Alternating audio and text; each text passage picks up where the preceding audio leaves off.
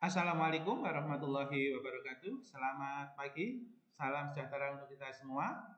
Materi geografi kelas 11 tentang pemanfaatan flora dan fauna Indonesia sebagai sumber daya alam. Sebelum membahas flora fauna sebagai sumber daya alam, saya sampaikan dahulu manfaat secara langsung flora fauna bagi manusia. Yang pertama adalah sebagai bahan pangan, kedua sebagai bahan papan atau membangun rumah, tiga bahan sandang, membuat pakaian, empat bahan obat-obatan, yang kelima sebagai sumber oksigen, dan yang keenam sebagai penyerap karbon dioksida. Nah, ini adalah manfaat secara langsung ya flora bagi manusia. Flora sebagai bahan pangan banyak sekali, ada padi, jagung, kedelai, ubi-ubian, sayuran, dan sebagainya. Untuk bahan pembuat rumah ya, bahan papan, nah, berbagai jenis kayu bisa dipakai untuk membangun rumah. Kemudian bahan sandang ada kapas, kaporandu dan sebagainya. Bahan obat-obatan ada berbagai jenis tanaman apotek hidup. Dan juga hutan, khususnya hutan hujan tropis sebagai paru-paru dunia adalah sumber oksigen dan sekaligus sebagai penyerap karbon dioksida. Sementara manfaat langsung dari fauna bagi manusia antara lain adalah yang pertama untuk bahan pangan sama ya, bahan sandang, yang kedua itu juga relatif sama. Tapi yang ketiga tidak bahan papan ya, yang ketiga adalah bahan obat-obatan. Kemudian bahan perhiasan dan kerajinan, dan yang kelima untuk membantu pekerjaan manusia, yang keenam untuk penelitian.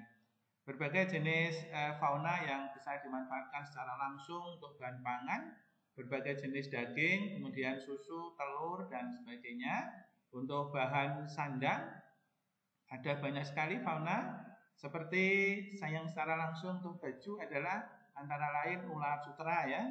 Kalau produk yang dihasilkan ya banyak sekali ya. Di samping baju tentu cenderamata ataupun alat-alat yang mendukung baju seperti sepatu, sendal, ikat pinggang, tas ya, berbagai jenis tas itu bisa dihasilkan dari hewan ya, dari kulit-kulit binatang. Seperti ini tadi kulit dari ulat sutera, juga dari kulit binatang yang lain, kulit kambing, kulit kerbau, kulit sapi dan sebagainya. Fauna juga berbagai jenis hewan juga bisa nanti dipakai untuk menghasilkan berbagai jenis obat. Ini antara lain untuk kerajinan seperti dompet, sabuk tadi ya, dan juga bisa membantu pekerjaan manusia untuk membajak sawah dan manfaat fauna secara langsung. Yang terakhir tentu untuk penelitian. Berikutnya sekarang kita akan mengkaji pemanfaatan flora dan fauna di Indonesia sebagai sumber daya alam.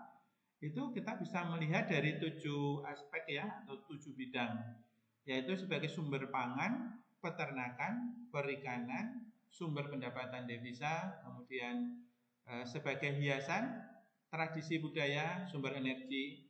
Dan kita mulai yang pertama sebagai sumber pangan. Adalah potensi flora fauna sebagai sumber pangan, maka mutlak harus dikembangkan baik mutu dan jumlahnya, dan sekaligus sebagai aktivitas ekonomi perdagangan untuk meningkatkan kesejahteraan. Bahwa flora sebagai sumber pangan antara lain tadi juga sudah kita sebutkan, diperoleh dari banyak jenis tanaman, padi, jagung, gandum, kedelai dan sebagainya, seperti yang ada di background slide ini. Yang kedua, fauna sebagai sumber pangan antara lain adalah daging, susu, telur, dan juga kulitnya. Nah, sekarang kekayaan flora fauna di Indonesia antara lain adalah ada 400 jenis tanaman penghasil buah, 370 tanaman penghasil sayuran, dan ratusan jenis hewan dan ikan yang mungkin spesifik atau endemik yang ada di Indonesia. Itu yang pertama.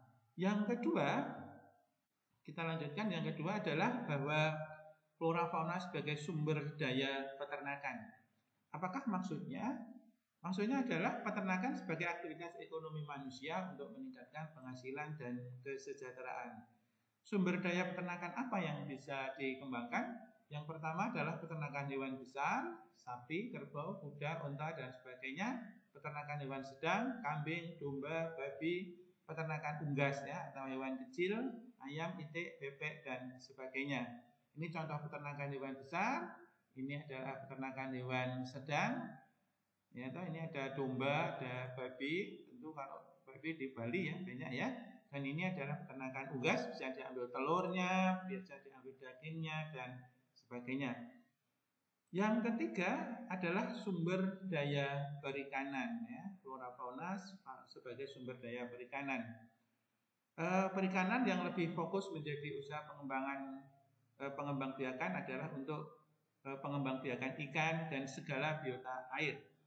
Dan sumber daya perikanan yang bisa dikembangkan antara lain kita bagi menjadi 3. Perikanan air tawar seperti gurami, bawal, lele, nila, perikanan air payau, dan perikanan air asin. Ini contoh-contoh perikanan air tawar, perikanan air payau di pinggir pantai, ya, di tambak-tambak begitu, ya, dan perikanan air asin bisa dengan cara mancing atau nelayan yang pergi melaut. Yang keempat adalah bahwa flora fauna sebagai sumber daya itu mampu menjadi sumber pendapatan atau devisa bagi negara. Apa yang bisa dilakukan? Tentu apabila flora fauna tersebut bisa dijual atau diekspor. Antara lain yang bisa diekspor atau dijual adalah flora tentu dari jenis kayu, ya, kayu untuk bahan bangunan, untuk industri, mebel dan sebagainya. Kemudian yang juga bisa diekspor adalah berbagai jenis tanaman obat-obatan. Kemudian fauna yang bisa dijual tentu yang diambil dagingnya, yang fauna untuk bahan industri kosmetik karena di negara lain terbatas. Kemudian untuk bahan industri obat, ya. Ini beberapa contoh saya tunjukkan bahwa ini yang kita sebenarnya sangat disayangkan ketika kita menjual kayu dalam produk bahan mentah, ya, bukan produk jadi. Nah, mestinya harus dibuat mebel dahulu baru diekspor. Sebagian yang kita jual adalah masih bahan mentah. Kemudian sumber daya yang lain dari flora fauna adalah untuk hiasan dan hiburan. Antara lain apa untuk hiasan dan hiburan? Hutan, tanaman, berbagai jenis tanaman yang ada di hutan itu di samping sebagai paru-paru dunia juga bisa untuk hutan wisata atau pariwisata. Kemudian taman bermain itu ternyata berisi dari berbagai jenis tanaman, bunga, ya. Dan hewan peliharaan bisa berfungsi sebagai hiburan kita di rumah. Berbagai jenis cenderamata juga berasal dari hewan, ya. Antara lain ini kalau saya tunjukkan ini ada gading, ya, ada gading dan berbagai cenderamata dari binatang ataupun dari kulit binatang. Kemudian flora fauna sebagai sumber daya yang ketujuh adalah untuk tradisi dan upacara adat, tradisi dan budaya. Apa saja yang bisa kita lihat? Antara lain ini kuda, ya. Kuda bisa untuk menarik kereta kerajaan, upacara adat maupun pacuan kuda tersendiri. Yang kedua karapan sapi, ya, contoh untuk tradisi dari hewan dan tumbuhan. Karapan sapi di Madura ini menjadi wisata yang sudah lama berlangsung. Gajah untuk upacara adat tradisi, dan pohon beringin, ya, pohon besar, pohon beringin maupun pohon-pohon besar yang lain di Bali khususnya sangat dihormati dan menjadi tempat upacara adat, ya. Kita bisa melihat ini contohnya kuda untuk menarik kereta kerajaan, karapan sapi, pohon beringin di Bali sebagai simbol hubungan manusia dengan alam. Kita tahu masyarakat Bali menjalin hubungan harus mengikuti 3 adat yang kuat: hubungan manusia dengan Tuhan, hubungan manusia dengan manusia, dan hubungan manusia dengan alam. Pohon beringin yang besar ini sebagai simbol hubungan manusia dengan alam karena pohon beringin memberikan oksigen, ya, memberikan kesegaran dan sebagainya. Yang ketujuh sebagai sumber energi. Ini yang kita nantikan ke depan karena dia mampu menghasilkan biogas, yaitu dari kotoran hewan dan manusia, bahan bakar nabati yang meliputi 6 jenis tanaman yang sangat dibutuhkan, yang sekarang produknya sudah kita nikmati di SPBU itu, ya, ada B20, B30, B40, biofuel dan sebagainya. Di samping itu hewan juga bisa untuk diambil sumber tenaganya membajak sawah, ya, memasak tunggu di dapur dan sebagainya. Baik, ini adalah beberapa sumber daya dari flora dan fauna.